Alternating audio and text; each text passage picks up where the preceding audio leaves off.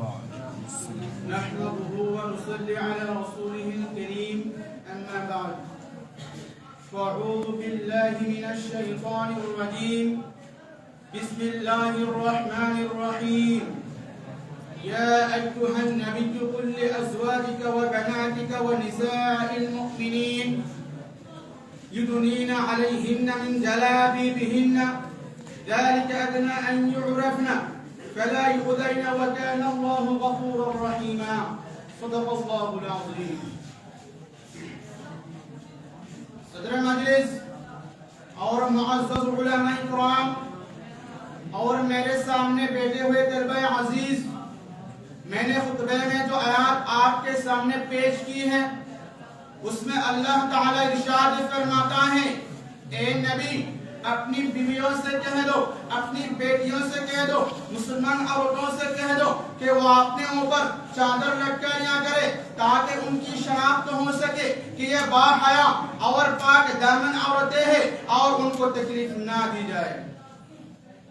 تو اس آیات میں اللہ تعالیٰ نے ایمان والی عورتوں پر پردہ کو فرض کر دیا ہے، مگر آج پردے کے سلسلے میں غفلت برتی جا رہی ہے، اسے دقیانوسی اور قدامت پسندی کا نام دیا جا رہا ہے، پردہ کو بندش اور قید سے تعبیر کیا جا رہا ہے، اسے جاہلیت کی رسم اور ترقی کا منافی بتایا جا رہا ہے۔ لیکن یہ ایک دھوکہ ہے، ایک فراڈ ہے، ایک ناپاک منصوبہ ہے جس کے ذریعے عورتوں کو سڑکوں پر لانے کی کوشش کی جا رہی ہے۔ اہل مغرب کا یہ شیوا رہا ہے، وہ اسلام کو بدنام کرنے میں اور احکام اسلام کو فرسودہ بنانے میں کوئی کسر باقی نہیں چھوڑتے، مگر افسوس تو ان نام کے مسلمان پر ہے جو اہل مغرب کی اتباع میں پردہ کے قانون کو مٹانے کی اور بدلنے کی کوشش کر رہے ہیں، اور ان نام و نہاد مسلمان کی طرز عمل سے اہل اسلام کا ایک بڑا طبقہ متاثر ہو رہا ہے اور پردہ کو غیر ضروری سمجھ کر کچھ روکتے گھسکتے اسے اتارنے کی کوشش کر رہا ہے۔ نوجوان دوستو، ایک طرف تو وہ طبقہ جو اسلام کو دل و جان سے چاہنے والا ہے، خدا قانون کا سب سے بلند بالا رکھنے والا ہے، تہذیب و شرافت کو پسند کرنے والا ہے، مگر دوسری طرف اسی اسلام کو چھوڑ کر، خدا قانون کو توڑ کر، تہذیب و شرافت کو نوچ کر اپنی بہو بیٹیوں کو اسی راستے کی طرف لے جا رہا ہے جو مغربی تہذیب کا راستہ ہے، کیونکہ وہ چاہتا ہے اسلام پر بھی عمل ہو جائے اور مغربی تہذیب کی رنگینیاں بھی حاصل ہو جائے۔ نوجوان دوستو، وہی مثل صادق آتی ہے کہ راضی رہے رحمان بھی، خوش رہے شیطان بھی۔ لیکن میں پوچھنا چاہتا ہوں ان لوگوں سے کہ آپ مغربی تہذیب کی پیروی کر کے کیا حاصل کرنا چاہتے ہیں؟ کیا آپ چاہتے ہیں کہ آپ کی سوسائٹی میں بھی وہی ہجان انگیز اور شہوت خیز ماحول پیدا ہو جو مغرب میں ہے؟ آپ کی قوم میں بھی بے حیائی اور بے شرمی کی کثرت ہو جائے، آپ کے معاشرے میں بھی زنا اور عیاشی عام ہو جائے، آپ کی سوسائٹی میں بھی طلاق و تفریق کی کثرت ہو جائے؟ اگر آپ ان سب باتوں کو برداشت کر سکتے ہیں اور ان چیزوں کے بھیانک نتائج کو قبول کرنے کے لیے تیار ہے تو جائیے، شوق کے پروں سے دوڑ کر نہیں، شوق کے پروں سے اڑ کر نہیں، مغربی تہذیب آپ کا انتظار کر رہی ہے، آپ کا استقبال کر رہی ہے، لیکن یاد رکھیے اس راستے پر جانے کے لیے اسلام کا ہر غلط سے اترنا ہوگا اور اسلام سے اپنی بیداری اور قطع تعلقی کا اعلان کرنا ہوگا تاکہ دیگر مسلمان آپ کے دھوکے سے محفوظ رہیں۔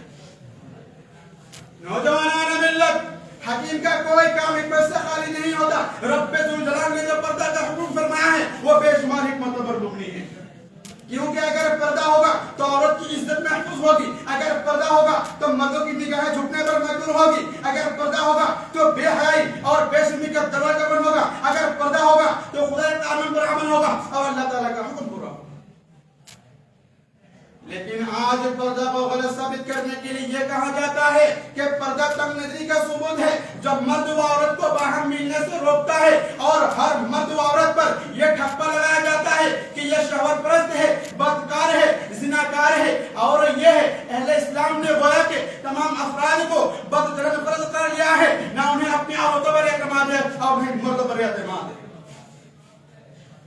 نوجوان دوستو، لیکن افسوس اس عقل نادان کی استدلال پر، مگر اس استدلال کو ذرا اور آگے بڑھائیے کہ ہر وہ تالا جو کسی دروازہ پر لگا ہوا ہے وہ اس بات کا اعلان ہے کہ اس مکان مالک نے تمام دنیا والوں کو چور فرض کر لیا ہے، ہر لین دین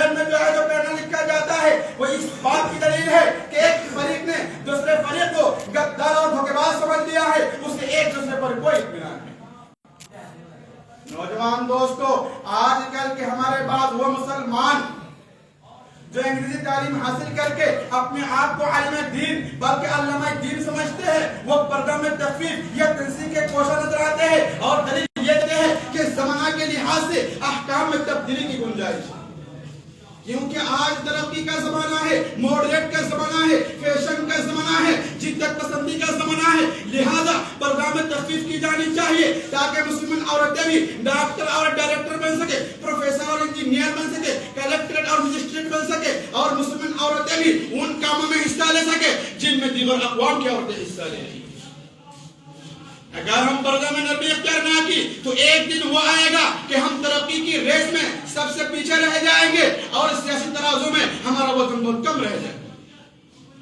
مگر یہ دلیل بالکل ضعیف ہے جس میں کوئی جان نہیں، بلکہ آگے بڑھ کر کہو تو یہ دلیل نہیں بلکہ ایک بکواس ہے جس کی کوئی حقیقت نہیں، کیونکہ تم جتنے خطرات سے آگاہ کر رہے ہو، تم جتنے شبہات پیش کر رہے ہو، تم جتنے وساوس بیان کر رہے ہو، اگر پردہ کی وجہ سے ہمیں یہ برداشت کرنا پڑے ہم ان کو قبول کرنے کے لیے تیار ہیں، مگر رب ذوالجلال نے جو پردہ کا حکم فرمایا ہے ان کو ہم بدلنے کے لیے ہرگز تیار نہیں ہے۔ اور رہی ہے یہ بات زمانہ کے لحاظ سے احکام میں تبدیلی کی، تو یاد رکھیے ہر کس اور ناقص کے کہہ دینے سے احکام میں تبدیلی نہیں کی جا سکتی ہے۔ احکام میں تبدیلی اسی وقت کی جا سکتی ہے جب علماء دین اور اللہ تعالیٰ کے قانون کو جاننے والے اور اس کی اہمیت کو سمجھنے والا علماء اکٹھے ہو کر بیٹھے اور اس زمانے کے لحاظ سے کسی مسئلہ پر خفت یا تبدیلی کی ضرورت محسوس کرے، یا اسی وقت تبدیلی کی جا سکتی ہے جب اس حکم کا مقصد اس تبدیلی کے بعد میں حاصل ہو رہا ہو، یا کم از کم اس کی غرض غیر کلی طور پر فوت نہ ہو رہی ہو۔ نوجوان دوستو، اگر ہم پردہ میں تخفیف کرتے ہیں تو پردہ کا جو مقصد ہے وہ ہمیں حاصل نہیں ہو رہا ہے۔ پردہ کا مقصد وہ نفسانی خواہشات کو ختم کرنا ہے۔ لہذا زمانہ کے لحاظ سے پردہ میں نرمی نہیں بلکہ سختی کی جانی چاہیے تاکہ ہماری ماں بہن کی عزت محفوظ رہے۔ اللہ تعالی ہم سبھی کو اسلامی تعلیمات پر عمل پیرا ہونے کی توفیق عطا فرمائے۔ وآخر دعوانا ان الحمدللہ رب العالمین۔ السلام علیکم۔ ماشاءاللہ زادک اللہ فضلا و علما۔ حضرات سامعین باطن، کمال یہ نہیں کہ آپ ایک زبان کا شخص سوار ہو جائیں اور ملک اور بیرون ملک میں آپ ایک ہی زبان کے ساتھ متعارف ہو اور مشہور معروف ہو، بلکہ کمال تو یہ ہے کہ آپ ایک زبان کا شخص سوار ہونے کے ساتھ ساتھ آپ کو مختلف زبانیں آتی ہو، آپ ملک اور بیرون ملک میں مختلف زبانوں کے ساتھ پکارے جاتے ہو، اور دنیا کے مختلف حصوں اور خطوں میں آپ کو مختلف زبانوں کے ساتھ جانا جاتا ہے۔ لہذا اسی چیز کو مد نظر رکھتے ہوئے ہم نے پورے سلام زبانوں پر نظر کی ہے، جیسے اردو، بنگلہ، آسامی، انگریزی، عربی وغیرہ۔ حضرات سامعین، اردو زبان تو ہمارے لیے انتہا سے زیادہ ضروری ہے، اس وجہ سے کہ خود ہم اہل علم ہے، مزید یہ کہ ہم بر صغیر کی مشہور معروف ادارہ دارالمعارف دیوبند جیسے ادارہ میں ہم زیر تعلیم۔ اس کے علاوہ اپنے علاقے میں لوگوں تک دین کو پہنچانے کے لیے اور لوگوں کو دین کی باتیں سمجھانے کے لیے اپنی زبان میں ہمارے لیے کچھ تقریر و مقالہ سیکھنا انتہا سے زیادہ اہمیت کے حامل ہے۔ لہذا اسی چیز کو مد نظر رکھتے ہوئے ہم نے پورے سال مختلف زبانوں پر محنت کی ہے۔ میں یہ چاہتا ہوں کہ اب حضرات کے سامنے اپنی زبان کا بھی کچھ جھلک پیش فرماؤں، جس کے لیے میں سب سے پہلے مولوی محمد احسن علی کو دعوت دوں گا کہ وہ تشریف لائے اور بنگلہ زبان میں نعت النبی گنگنائے اس شعر کے ساتھ کہ چشم خفتہ کو جگہ دے نعت یا اشعار سے، چشم خفتہ کو جگہ دے نعت یا اشعار سے، قلب کو بیدار کر دے نغمگی گفتار سے۔ مولوی محمد احسن علی۔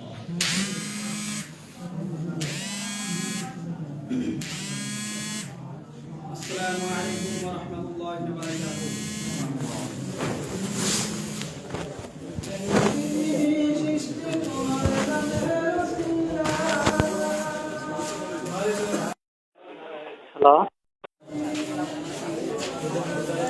ہلو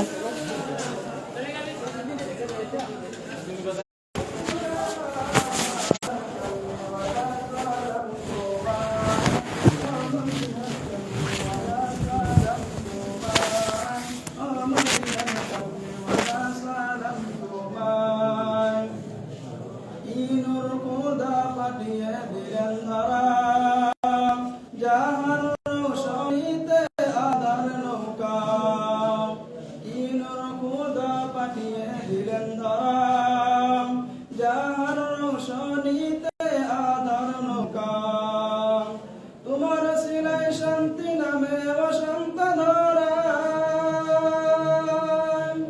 তোমার সিনাই শান্তি নামে বসন্ত ধরায়, ও মদিনার কামলিওয়ালা সালাম তোমায়, ও মদিনার কামলিওয়ালা সালাম তোমায়।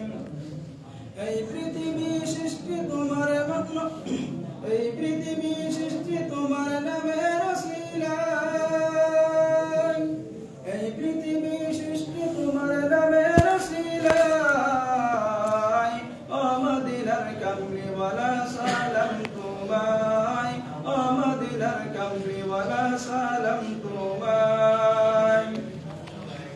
তোমার নামের আশিক হলো যারা, দু জাহানে দঙ্গ হলো তারা। তোমার নামের আশিক হলো যারা, দু জাহানে দঙ্গ হলো তারা। এই আশিকে যেন তোমার কদম লুটায়, এই আশিকে যেন তোমার কদম লুটায়, ও মদিনার কামলিওয়ালা সালাম তোমায়, ও মদিনার কামলিওয়ালা সালাম তোমায়।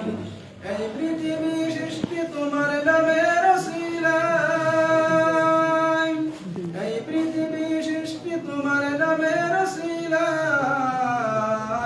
ও মদিনার কামলিওয়ালা সালাম তোমায়, ও মদিনার কামলিওয়ালা সালাম তোমায়।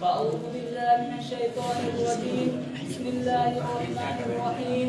وقاتلوا حتى لا تكون فتنة ويكون الدين لله. صدق الله العظيم.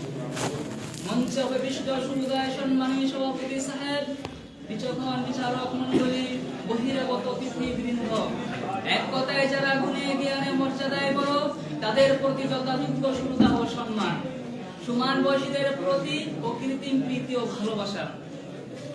আজ আমার আলোচ্য বিষয় হল ভারতবর্ষ স্বাধীনতা সংগ্রামে উলামাদের অবদান। কেননা আজ আমাদের দেশের স্কুল কলেজের ছাত্রদেরকে যদি জিজ্ঞাসা করা হয় এই ভারতবর্ষ স্বাধীন করার জন্য কাদের অবদান রয়েছে, কাদের ত্যাগ ও আত্মবলিদানে এই দেশ স্বাধীন হয়েছে, তো সকলেই বলে উঠবে বিনয়, বাদল, ক্ষুদিরাম, মহাত্মা গান্ধী, এদেরই অবদান দিয়ে এই দেশ স্বাধীন হয়েছে। একজন মুসলমান ভাইয়ের নাম শুনতে পাওয়া যাবে না, একজন আলিম উলামাগণের নাম শুনতে পাওয়া যাবে না। তাই আমি প্রাকৃতিক ইতিহাস থেকে আলোচনা করব, তাতেই বুঝতে পারবে যে এই ভারতবর্ষ স্বাধীন করার জন্য তাদের বেশি অবদান রয়েছে। বন্ধুগণ, শ্রোতা মণ্ডলী, আমরা সকলেই জানি আজ থেকে 70-80 বছর পূর্বে এই ভারতবর্ষ ছিল অত্যাচারী জালিম ইংরেজের শাসকের অধীনে। ইস্ট ইন্ডিয়া কোম্পানি ইস্যু করে ব্যবসার অনুমতি নিয়ে এই ভারতবর্ষে প্রবেশ করেছিল। কিন্তু তাদের উদ্দেশ্য ছিল ব্যবসা করা নয়, বরং তাদের উদ্দেশ্য ছিল ভারতবর্ষের মাল, ধন, দৌলত, টাকা পয়সা শোষণ করে, লুণ্ঠন করে নিজের দেশে নিয়ে যাওয়া। তারা নিজের উদ্দেশ্যের দিকে অগ্রসর হতে লাগলো। বন্ধুগণ, দেখুন কেমন ভাবে 1601 খ্রিস্টাব্দে ইংরেজ সম্রাট ব্যবসা করার অনুমতি নিয়ে এই ভারতবর্ষে প্রবেশ করেছিল। সেই সময় ভারতবর্ষের বাদশাহ ছিলেন সম্রাট জাহাঙ্গীর। বাদশাহ তাদের মনোভাব বুঝতে না পেরে তাদের প্রতি সুধারণা রেখে 500 বর্গ মিটার জমি একটি ইংরেজদের হুকুমতে ন্যস্ত করে দিয়েছিলেন। কিন্তু তারা যে বেঈমান, বিশ্বাসঘাতক, নেমোখারাপ ছিল, বাদশাহ তা জানতেন না। তারা এইভাবে ভারতবর্ষকে কবজা করতে আরম্ভ করে দিলেন। 1717 খ্রিস্টাব্দে মাইসুর নামে জায়গাকে আয়ত্ত করে নিলেন। 1740 খ্রিস্টাব্দে 1757 খ্রিস্টাব্দে 23 জুন পলাশির যুদ্ধে নবাব সিরাজউদ্দৌলাকে পরাজয় করে সাম্রাজ্যবাদী ব্রিটিশ অধিক শক্তির অধিকারী হয়। তারা এইভাবে ভারতবর্ষকে আপন অধীনে করে নিলেন। তারপর তারা ভারতবর্ষের মাল ধন দৌলত টাকা পয়সা শোষণ করে লন্ডন করে নিজের দেশে নিয়ে যেতে লাগলো। তারা ভারতবর্ষের মাল ধন দৌলত টাকা পয়সা শোষণ করে লন্ডন করে ক্ষান্ত হয়নি, বরং তারা ভারতবর্ষের মানুষের প্রতি নির্যাতন, অন্যায়, অবিচার, অত্যাচার শুরু করেছিল। তারা এও ঘোষণা করেছিল যে ভারতবর্ষের মানুষ জন্মগত হিসাবে হবে ভারতীয়, আইন কানুন নিয়ম নীতি কৃষ্টি কালচার হিসাবে হবে ব্রিটিশ। ভারতবর্ষের মানুষদেরকে আর ধর্মীয় স্বাধীনতা দেওয়া হবে না। সেই চ্যালেঞ্জের মোকাবেলা করতে বিশ্ববিখ্যাত পণ্ডিত হযরত মাওলানা শাহ ওলিউল্লাহ মুহাদ্দিস দেহলভী রহমাতুল্লাহ এর সুযোগ্য পুত্র শাহ আব্দুল আজিজ দেহলভী রহমাতুল্লাহ জিহাদের ফতোয়া উচ্চ কণ্ঠে ঘোষণা করে দিলেন। সাম্রাজ্যবাদী ব্রিটিশ উক্ত ফতোয়া বাজেয়াপ্ত করে তখন শাহ আব্দুল আজিজ দেহলভী রহমাতুল্লাহ প্রকাশ্য ঘোষণা করলেন, আমরা পরাধীন হলাম, পরাধীনতার বিরুদ্ধে স্বাধীনতার উদ্দেশ্য আমাদের জিহাদ করা নৈতিক এবং ধর্মনৈতিক কর্তব্য। তখন থেকে শুরু হয়ে গেল সাম্রাজ্যবাদী ব্রিটিশের বিরুদ্ধে জিহাদ। তাই 1757 খ্রিস্টাব্দে ভারত বিখ্যাত বুজুর্গ হাজী ইমদাদুল্লাহ মুহাজির মক্কি রহমাতুল্লাহ এর নেতৃত্বে মাওলানা কাসিম নানভী রহমাতুল্লাহ, রশিদ আহমদ গঙ্গোহী রহমাতুল্লাহ, হাফিজ জামিল শহীদ রহমাতুল্লাহ প্রমুখ বুজুর্গ শামলির ময়দানে সাম্রাজ্যবাদী ব্রিটিশের বিরুদ্ধে জিহাদ করে তাদের তপ কামান অস্ত্র শস্ত্র ছিনিয়ে নিয়েছিলেন। তাই সেই সময় ইস্ট ইন্ডিয়া কোম্পানি ঘোষণা করেছিলেন যে যে সমস্ত মুসলমানের মাথায় থাকবে টুপি, পরনে থাকবে লম্বা জামা, মুখে থাকবে দাড়ি, এদেরকে ধরে ফাঁসির দড়িতে ঝুলিয়ে দাও। 1-2 সপ্তাহের মধ্যে 2 লক্ষ মুসলমানকে ফাঁসির দড়িতে ঝুলানো হয়েছিল। ওই সময় প্রায় 5000 আলিম ওলামাগণ ছিল, 500 আলিম ওলামাগণকে দিল্লি শহরে ফাঁসির দড়িতে ঝুলানো হয়েছিল। এই সমস্ত নিপীড়ন, উৎপীড়ন, অন্যায়, অবিচারকে সামনে রেখে হযরত মাওলানা ফজলে হক খায়রাবাদী দিল্লির জামা মসজিদে 300 আলিম ওলামাগণকে নিয়ে স্বাধীনতা সংগ্রামে সাম্রাজ্যবাদী ব্রিটিশের বিরুদ্ধে জিহাদের ফতোয়া ঘোষণা করেন। তাই সেই সময় ইংরেজ প্রশাসন চিন্তা করল যে আমাদের ক্ষমতা বজায় রাখার জন্য সর্বপ্রথমে ভারতবর্ষ থেকে আলিম ওলামাগণকে নির্মূল করে দিতে হবে। তাই 1864 খ্রিস্টাব্দে থেকে নিয়ে 1866 খ্রিস্টাব্দে পর্যন্ত 14,000 আলিম ওলামাগণকে ফাঁসির দড়িতে ঝুলানো হয়েছিল। মিস্টার রামচন্দ্র জীবনী লিখেছেন যে দিল্লি চাঁদনী চক্র থেকে নিয়ে খাইবার পর্যন্ত একটা সড়ক চলে গিয়েছে, তার দুপাশে এমন কোনো বৃক্ষ ছিল না যে তাতে কোনো আলিম ওলামাগণকে ফাঁসির দড়িতে ঝুলানো হয় নাই। তার কয়েক বছর স্বাধীনতার পূর্বে হুসেন আহমদ মাদানী রহমাতুল্লাহ সাম্রাজ্যবাদী ব্রিটিশের বিরুদ্ধে জিহাদের ফতোয়া জারি করেছিলেন যে সাম্রাজ্যবাদী ব্রিটিশকে সাহায্য করা এবং তাদের অধীনে চাকরি করা হারাম। তার কারণে ইংরেজ প্রশাসন হুসেন আহমদ মাদানী রহমাতুল্লাহকে গুলির অর্ডার করে দিলেন। তার কিছুদিন পর করাচিতে বিশাল এক প্রকাশ্য সমাবেশ দেখা হয়েছিল ইংরেজের বিরুদ্ধে। সেই সমাবেশে হিন্দু, মুসলিম, জৈন, খ্রিস্টান সমস্ত জাতি, ধর্ম, বর্ণ নির্বিশেষে সকলেই সম্মিলিত হয়েছিল।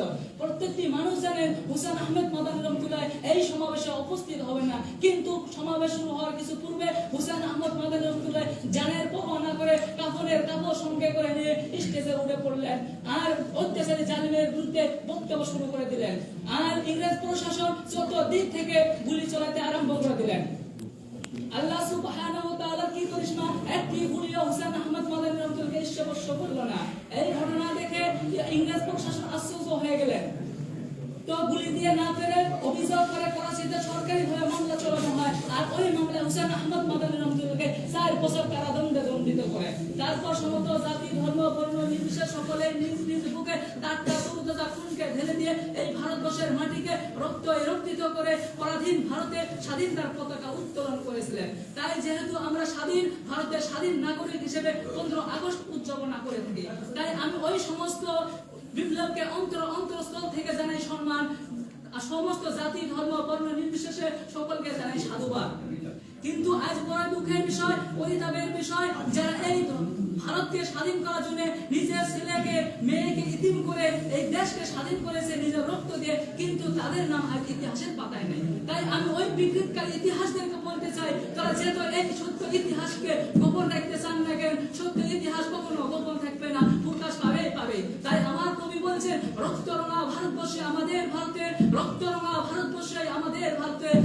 দিয়ে গড়িয়েছে মোরা ভারতবর্ষের স্বাধীনতাকে। ইতিহাসের পাতায় মোরা পালের না গোঠাই, তারাই হলো সেনানায়ক যাদের কোনো গন্ধ নাই।